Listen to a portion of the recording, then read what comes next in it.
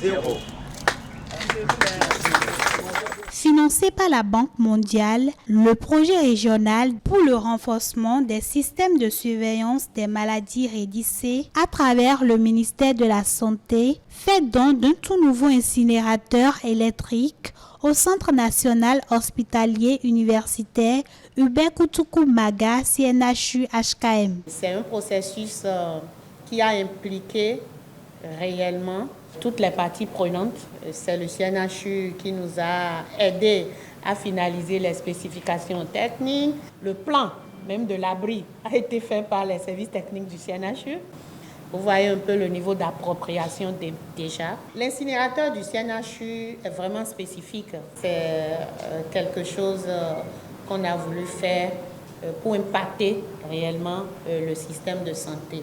Je n'ai pas beaucoup à ajouter à ce que Madame la coordonnatrice a dit, si ce n'est que les prochaines étapes, c'est évidemment le maintien de cet incinérateur pour optimiser cet investissement et évidemment veiller au développement durable. Donc je ne parle même pas de la formation des agents qui doivent utiliser l'outil. Présent à cette cérémonie d'inauguration, le directeur général du CNHU n'a pas manqué de s'exprimer.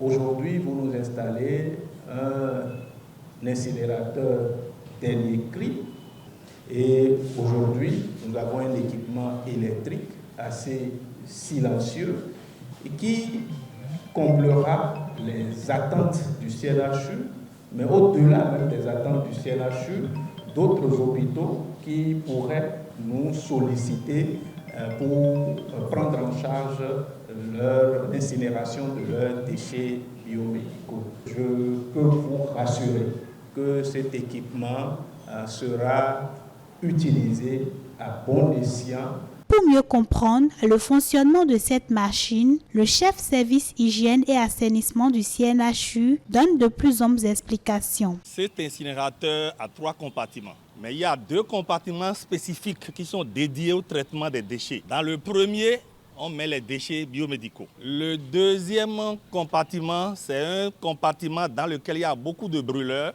qui brûlent les déchets et qui libèrent des gaz. Ces gaz sont envoyés dans le deuxième compartiment de traitement. Et une fois arrivés dans ce deuxième compartiment, ces gaz-là sont transformés en fumée. Et à la fin du traitement, nous avons des cendres. Le projet REDIC est un projet du gouvernement béninois qui a pour objectif de renforcer les capacités intersectorielles.